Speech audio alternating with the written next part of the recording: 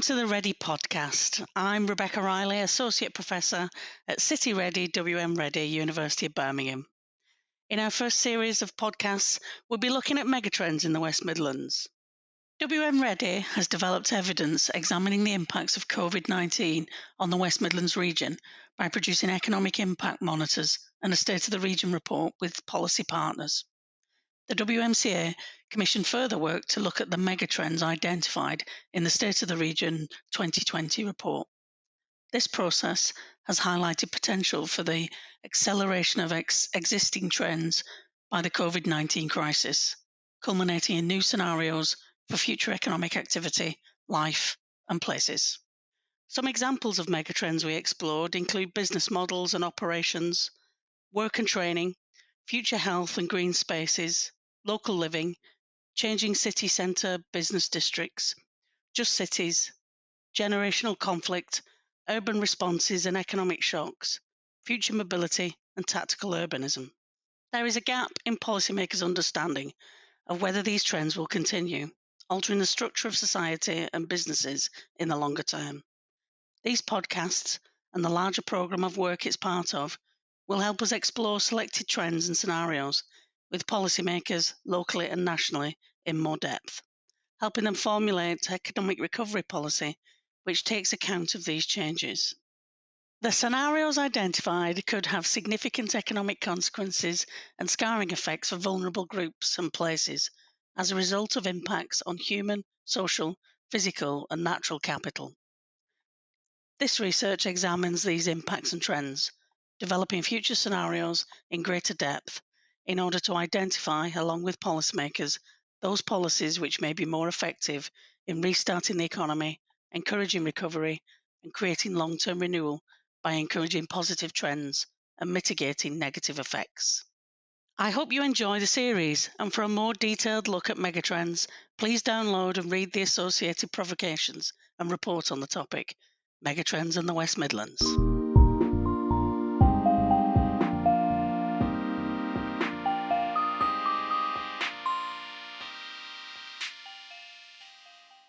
Welcome to the City-REDI podcast. This series, we will be examining megatrends in the West Midlands.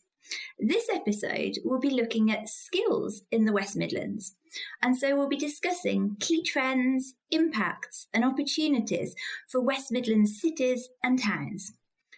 I'm Dr Abigail Taylor, Research Fellow at City-REDI, University of Birmingham, and today we'll be talking to Dr Fiona Aldridge, Head of Insight and Intelligence, Economic Delivery, Skills and Communities at the West Midlands Combined Authority, or as it's often referred to, the WMCA. Fiona, thank you for joining us on the podcast today. Thanks. Would you like to start by introducing yourself and telling us about your role at the WMCA? I'd love to, thank you. So I work in a directorate that covers, as you say, economic delivery, skills, communities and health. And my role as Head of Insight is really to bring together the data, research, insight, intelligence that will shape the programmes and policies that we have here in the West Midlands region, but also to shape the national framework under which we operate. The new directorate that I talked about brings together a whole range of different social policy areas. I'm really excited because we get to look at the interrelationship. So how we invest in skills, but how we use them in our businesses, how we support people to be well enough to go to work, but also how good work can help support improved health and tackle health inequalities. And so bringing together those range of social policies and thinking about how we develop skills, how we use them for all of those is one of the exciting parts about my role. Thanks, Fiona. That sounds like an extremely interesting and varied role. So, as I mentioned, the theme of today's podcast is megatrends, particularly key trends regarding skills. In City-REDI's research into megatrends, we defined megatrends as major movements or patterns or trends that are having a transformative impact on business, the economy, society, cultures, and personal lives. So, for example, they include increasing levels of digitalisation and automation, due to ongoing technological change and how this is in turn impacting on businesses, growth in online and experiential retail, and greater hybrid and remote working, as we've particularly seen in the last couple of years, as well as rising demand for recognising social value, climate change and inclusivity among consumers and employees. The impact of increasing technological innovation on the types of jobs available is, as I know you're aware, the subject of much debate. In a minute, I thought it would be useful to ask you about the implications of these technological changes for the West Midlands. But before we do that, what would you say technological change means for jobs and skills in the UK? And how is work likely to change in the coming years and decades across the UK? Oh, you're right. That's a really big question, Abby. And you're right.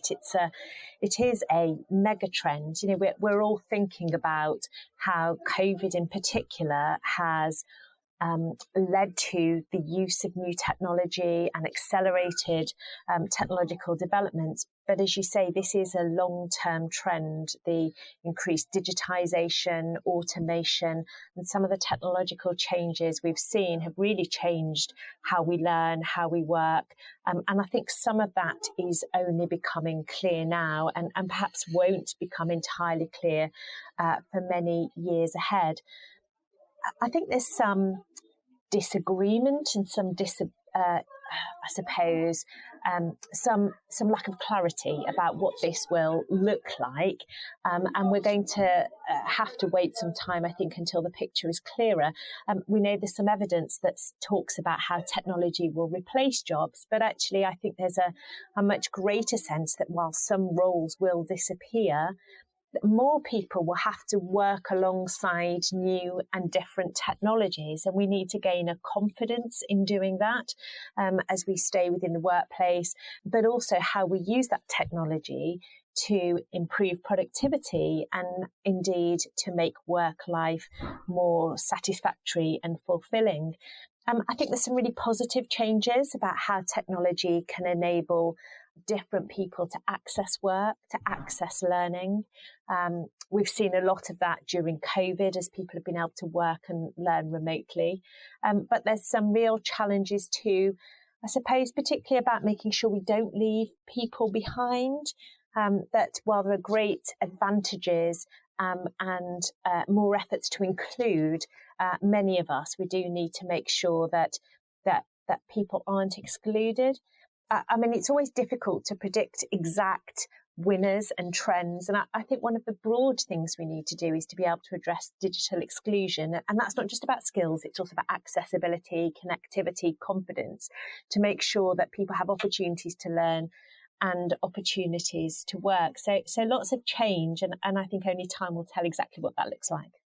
Thanks very much. I really like how you talked about the challenges, but also the opportunities that these megatrends are offering. And for example, in relation to your point about new ways of accessing learning, we did some work with the Industrial Strategy Council a couple of years ago. And one of the things that came out of that was the new opportunities for training related to informal training that are being facilitated through new technology and the ability to create communities of practice online, for example. Yeah, so in my previous role at Learning and Work Institute, at sort of a think tank research organisation, we did some work around adult learning during the pandemic. And actually we saw a massive increase as people turned to online opportunities to pursue their interests, to develop their skills. I mean, we all had to develop skills in using video conferencing, Teams and Zooms, the sorts of things we hadn't done before.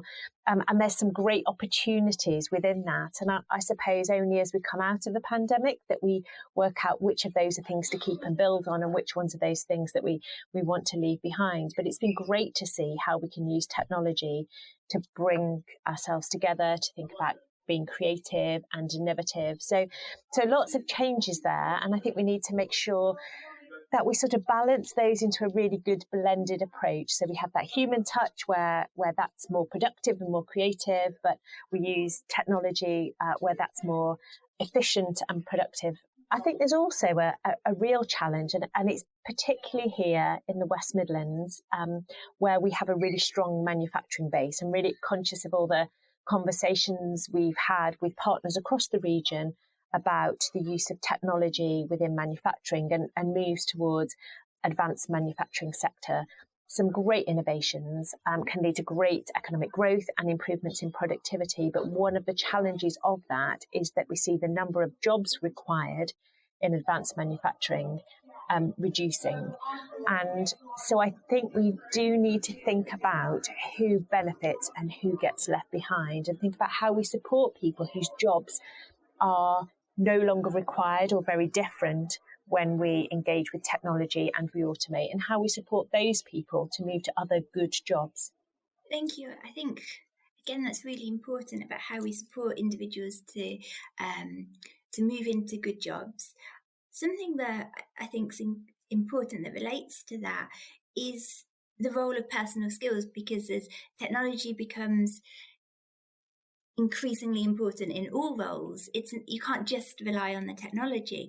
I wondered if you could comment in relation to that, and how perhaps personal skills and more rounded individuals could be supported. Absolutely.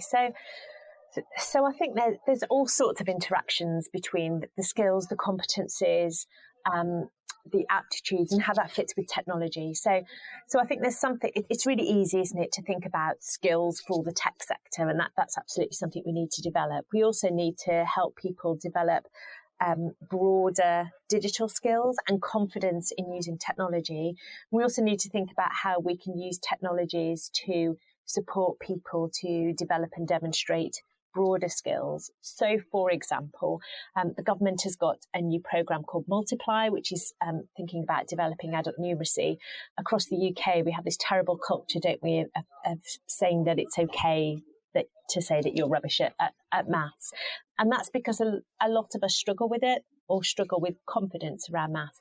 And yet we really do need great numeracy skills, and thinking about how technology and numeracy can come together to overcome some of those barriers, some of those hesitancy, how we can use technology to help us supplement our math skills, but also to give us new ways of learning and developing and showing off our skills. So I think there's just real potential for lots of people to benefit, for lives to be enriched, for skills to be enhanced, for job quality to improve.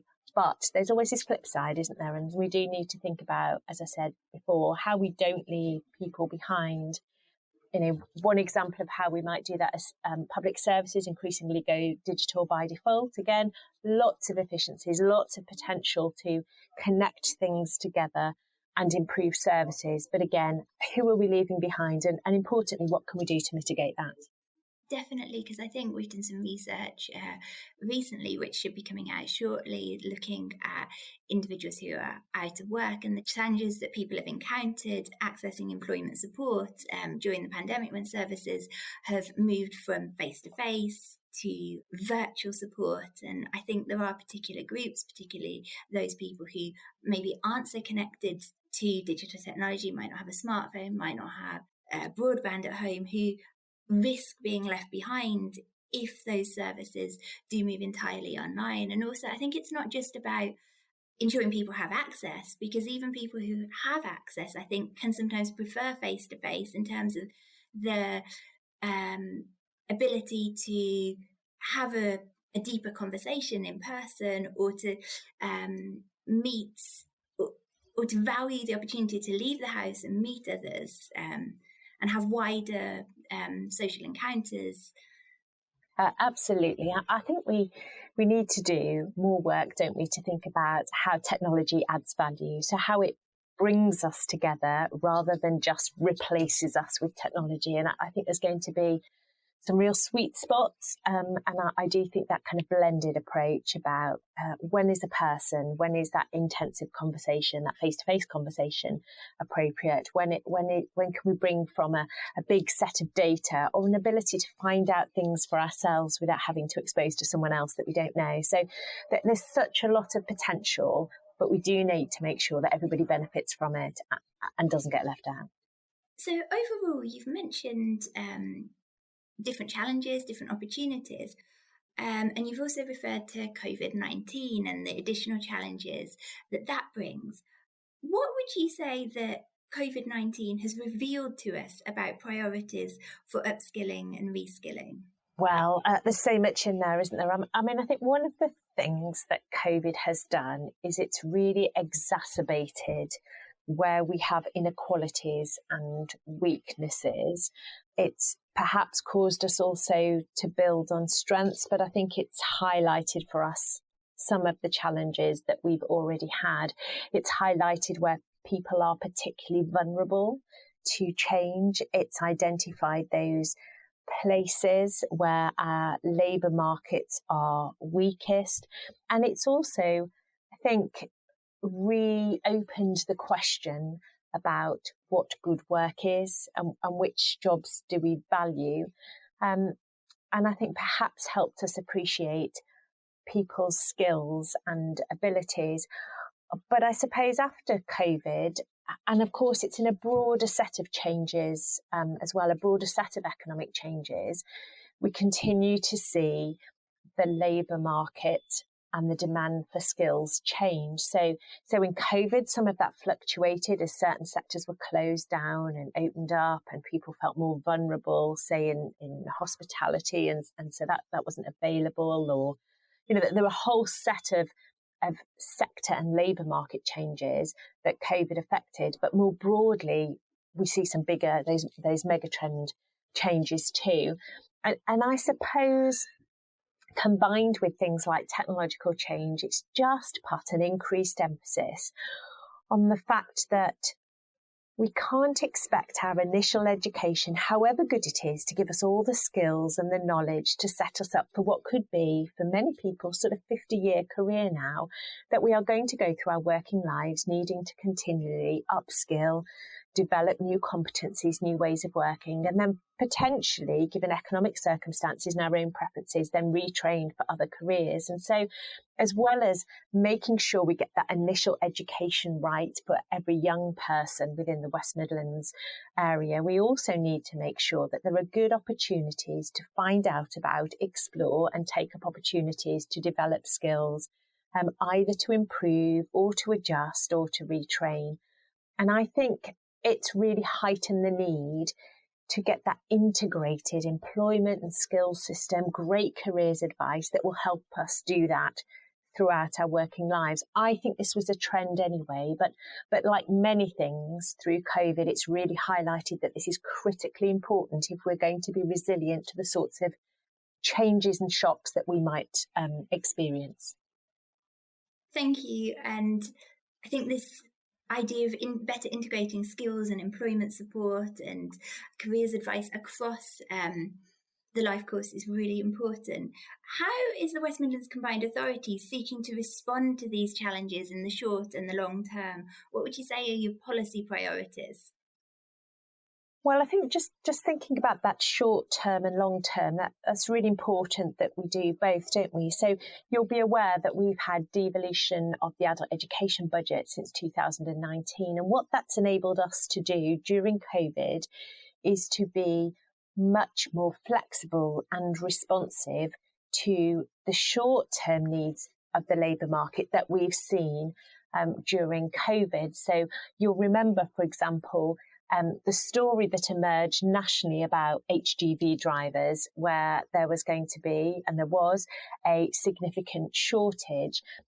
Because of the relationships that we have, the intelligence that we got, and our ability to respond quickly, the West Midlands Combined Authority was able to engage its providers in meeting those skills needs much more quickly than happened nationally, and so that we were able to help support the labour market demand for those drivers. And we're trying to do that all the time, really get our intelligence from employers, from providers, from wider partners to respond with the types of provision that will help people get good jobs within the region. We need to do that in the short run, but we also need to do that in the long run, thinking about things like the sustainability agenda as our economy changes in response to that, how we think about new green jobs and new green skills. we also need to be able to plan now to make sure that we've got the skills for the future. And having that devolved adult education budget has made a massive difference.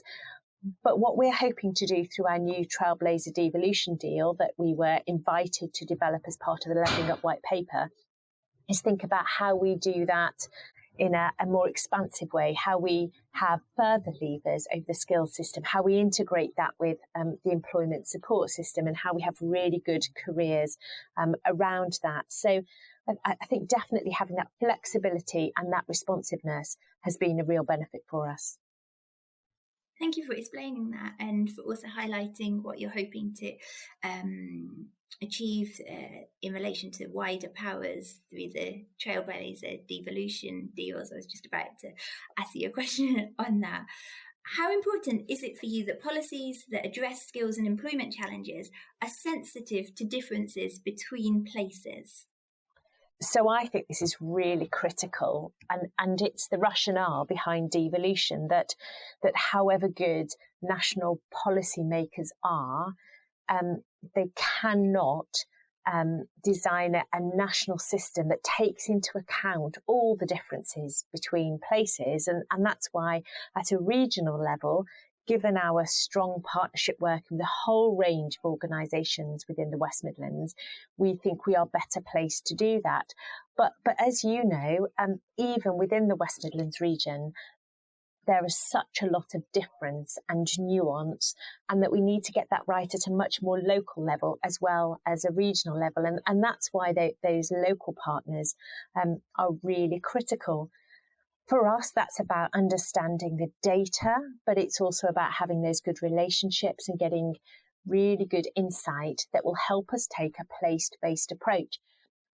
One size doesn't fit all, but also we shouldn't keep our policy silos separate. So that the other great advantage of a place-based approach is not that you just think about skills in different places or employment challenges in different places, but we think about skills and about employment and about health and about community engagement and about crime and about housing and energy, all together in a place to think holistically about the people and businesses there. So it's a key driver for us thinking further about devolution, but not just at that regional level, but really getting into how different local places are different too.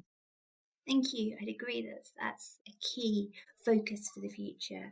And you mentioned in one of your previous answers about the importance of the education system supporting individuals to develop, to expand their skills and to adjust their skills as they progress through their careers. One of our research projects in WMREDI relates to the role of universities in upskilling and reskilling. And what would you say is the role of universities? What role can they play and should they be playing if we're thinking about improving the system going forward in upskilling and reskilling? And how do you think the role of universities fits alongside that of further education colleges? Something I've taken from several of your answers is the importance of partnership. Absolutely. Well, I guess the short answer is it's a really critical role, and a role that certainly in the combined authority we want to develop and strengthen those relationships. If we're going to build an integrated employment and skills system, then universities have a really key part to play. They're significant education providers, but they're also significant employers, and they play a really important role around R&D as well. So they're key anchor institutions in places, and we need to think about the kind of the holistic nature of the role that they can play. And importantly, as you say, how they fit with further education colleges. So we're providing really good progression routes for our residents from where they are, but progressing and developing their skills even further. I think particularly around that level 4, level 5 provision, which we hear a lot about at the minute. So making sure that there's really good progression routes for as many people as possible to develop those higher technical skills. And I think those partnerships between FE and HE are really key there. Certainly within the combined authority, we're looking to see what we can do with the existing funding that we have, as well as through our new Devolution deal, about where we can engage with the universities further. So how we can work with the universities in our boot camp provision. One of the things we're trying to do is develop our leadership and management offer. So how can we work with universities there? So I think there's lots of potential. I think we're still very much in early days there with our relationship in the combined authority, lots more to do. Universities absolutely have a critical role around upskilling and reskilling.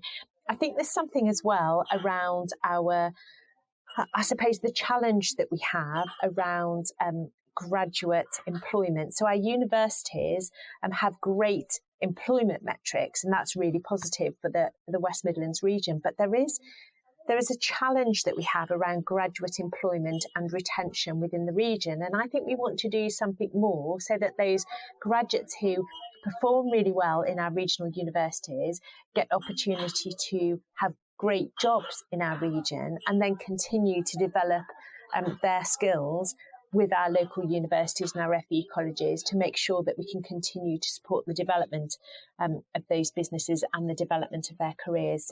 So lots to do there, and I think getting those partnerships right is crucial.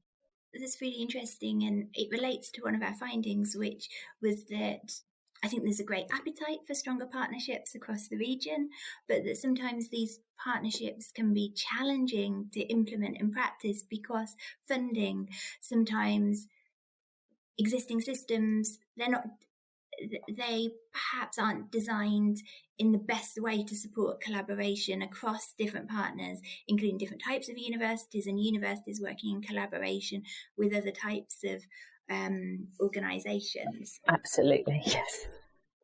Overall, what policy change would you most like to see to enable the West Midlands to respond to the labour market opportunities and the challenges that you've so clearly described over the next 10 years?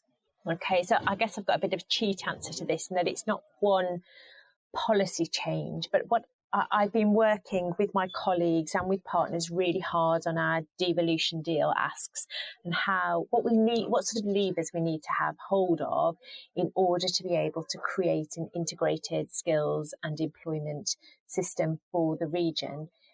There's a lot of money spent in the region at the minute, but because it is not more coherent and more strategic, it's often spent at a national level, competed. We spend a lot of time, all of us, writing bids and competing against one another rather than thinking about where resources can be spent to most effect. And that's not our fault as providers and bidders. It's because that's the way the system is set up. I would really like to see a really good collaboration between us as regional partners and national government, so that every pound spent in the region on skills and employment support, we decide on that together. It'd be great if it was all devolved to us, but actually even being able to co-commission, to co-develop, to make sure things are joined up.